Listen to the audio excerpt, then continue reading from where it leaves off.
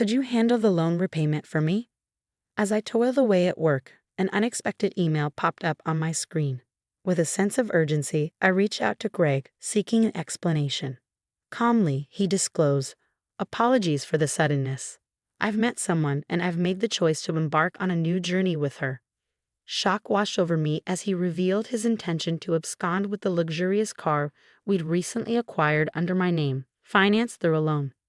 Despite my fervent pleas, my husband brushed them aside, abruptly ending the call before vanishing into silence. Ultimately, Greg vanished alongside his mistress, leaving a mountain of debt in his wake. As a mother to our 10-year-old son, I found myself thrust into an unimaginably unjust circumstance. Lost and overwhelmed, I grappled with a mind rendered blank by the enormity of it all. At 35 years old, I, Hannah, found myself navigating uncharted territory. Greg, my husband, shared the same age, and together with our son Ryan, we were once a family of 3. Since he was young, Ryan had displayed remarkable intelligence, often delving into papers on the computer and seeking my opinion on them. Despite my own bewilderment at the complexity of the topics, I couldn't help but marvel at his intellect. In contrast, Greg struggled to maintain stability, drifting from one job to another without consistency. Meanwhile, I shouldered the weight of our family's financial security, working full-time with a persistent anxiety about our future.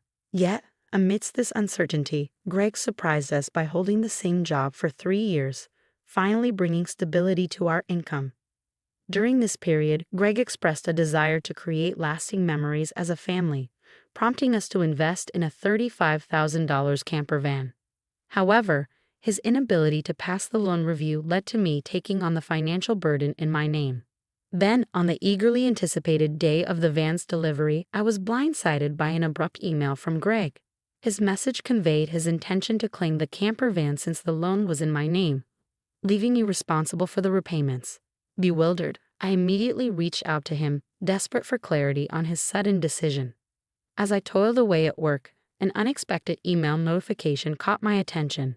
"What's this about?" I inquired, my heart pounding with apprehension. Greg's voice on the other end was unsettlingly calm as he delivered the shocking news. "I've fallen for someone else and decided to pursue a relationship with her." Stunned, I struggled to comprehend his words. "What do you mean?" I pleaded, my voice trembling with disbelief. His response was callous. "It started as a fling, but it's become serious. I'm starting a new life with her. Goodbye." With those words, he abruptly terminated the call, leaving me reeling in shock. That exchange marked the moment I realized the depth of Greg's betrayal, a devastating blow that left me shattered. Despite our previous disagreements and the looming threat of divorce, I never fathomed he would take such drastic action. I had the divorce papers ready, I recalled bitterly. He promised to file them. Yet, as I searched for them, I discovered they were gone, leaving behind only a lingering sense of betrayal. Returning home from work, I found myself staring at the empty drawer where the divorce papers had once resided, a silent testament to the shattered remnants of our marriage. In their absence, I was left burdened with the weight of a substantial debt from the $35,000 car loan we had taken. Despite my desperate attempts to reach out to Greg through emails and calls, my pleas for closure remained unanswered, leaving me adrift in a sea of unanswered questions. Ryan, ever perceptive, noticed my recent change in demeanor and approached me with concern after dinner. "Mom, what's going on? You haven't been eating much lately. Are you all right?" he inquired, his voice laced with worry. "Oh, I'm just a bit tired, I guess," I replied, attempting to brush off his concerns. "Did you know that when people lie, they tend to look up to the right?" Ryan remarked, his observation catching me off guard. "I've noticed Dad hasn't been home for 3 days. Did something happen between you two?" He pressed further. Taken aback by Ryan's astute questions, I took a deep breath, realizing I could no longer evade the truth.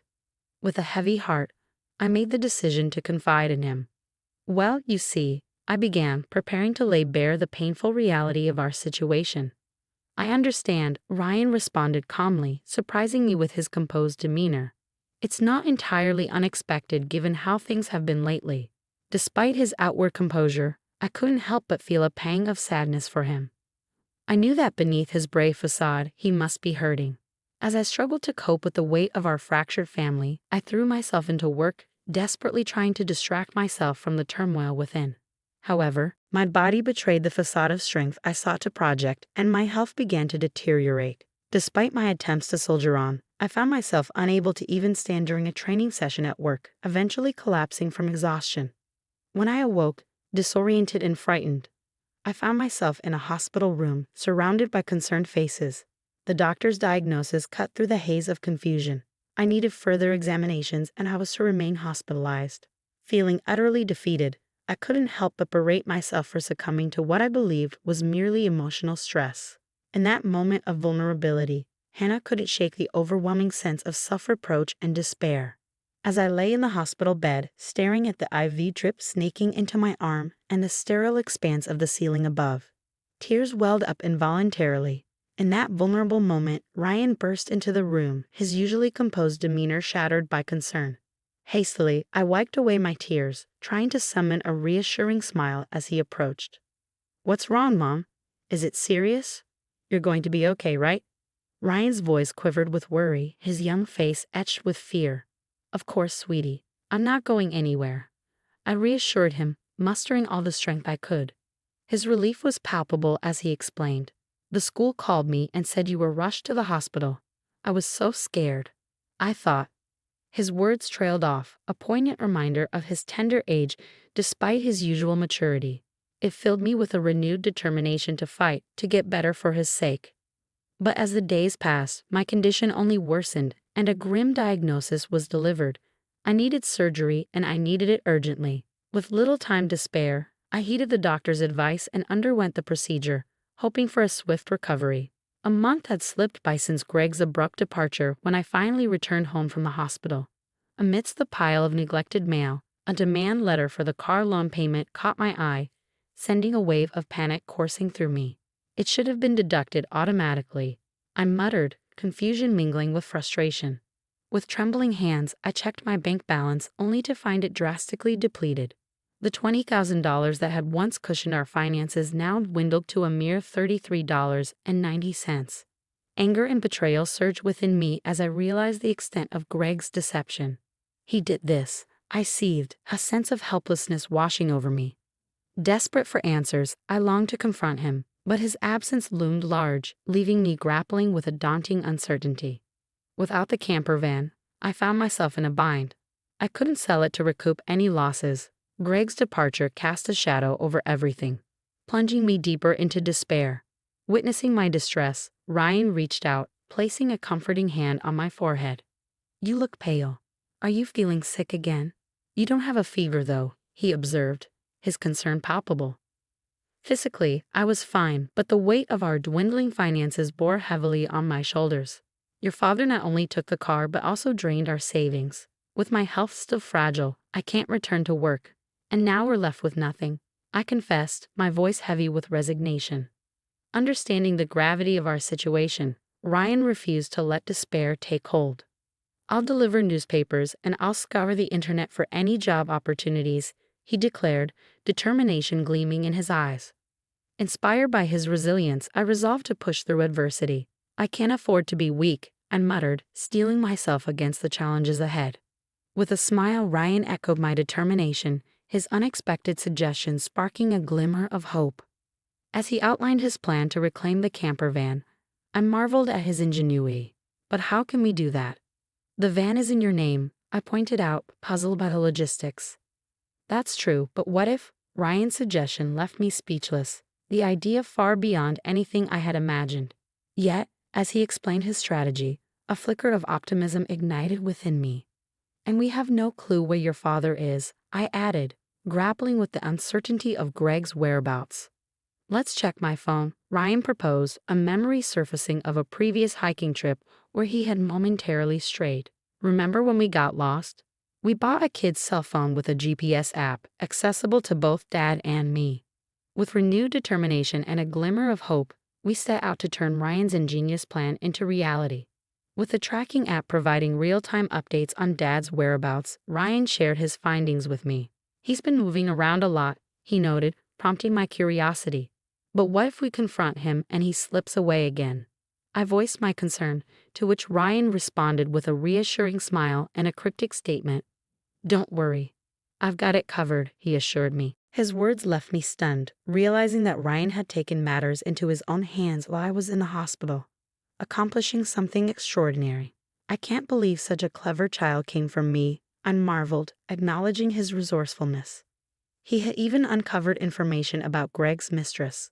"All right, let's show Dad who he's crossed," I declared, ready to put our plan into action. United in purpose, my son and I meticulously prepared for the moment of reckoning. With Ryan by my side, I felt an unshakable resolve. 3 days later, a call interrupted the quiet anticipation. "It's me. Please, I need your help," the voice on the other end pleaded. Suppressing a surge of frustration, I responded coolly, "Oh, who might this be?" His identity confirmed, Greg continued, his desperation palpable. "I'm being questioned by the police. They might ask me to come to the station voluntarily. Help me out," he implored. Without missing a beat, I agreed to his request, rallying Ryan as we set off to find him.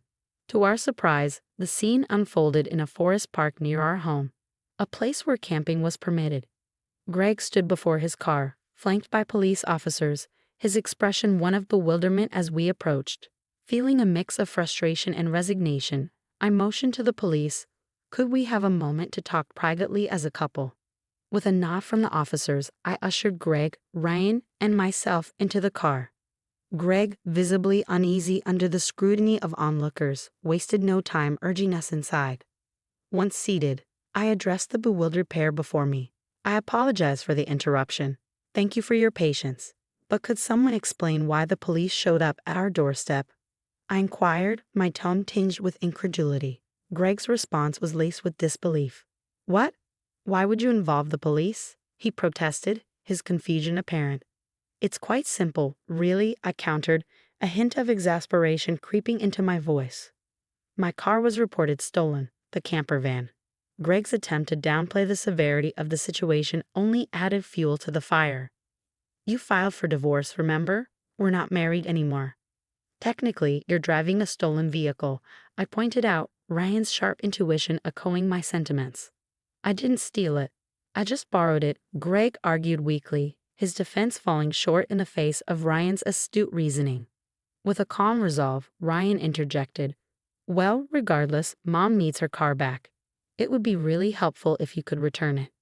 Greg's protest faltered in the face of our collective determination, his earlier bravado crumbling under the weight of the truth. I extended my hand, silently demanding the keys from Greg, who reluctantly surrendered them. With the transaction completed, Ryan broke the tense silence. "Why did you abandon your family for this woman?" His question caught Greg off guard, leaving him fumbling for words as he awkwardly scratched his head. Seizing the opportunity to assert herself, Greg's mistress interjected with a smug chuckle. "It's because I'm more attractive than your mother. Can't you see it?" she taunted, her arrogance palpable. Infuriated by her audacity, I couldn't hold back. "Don't mock me. You've destroyed my life." I seethed, the bitterness of betrayal coursing through my veins. As Greg and Mandy engaged in a heated exchange, the air thick with tension, no one intervened, allowing them to confront their actions head-on.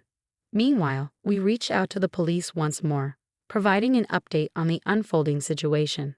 As darkness descended, the forest park became illuminated by the flashing red lights of police cars.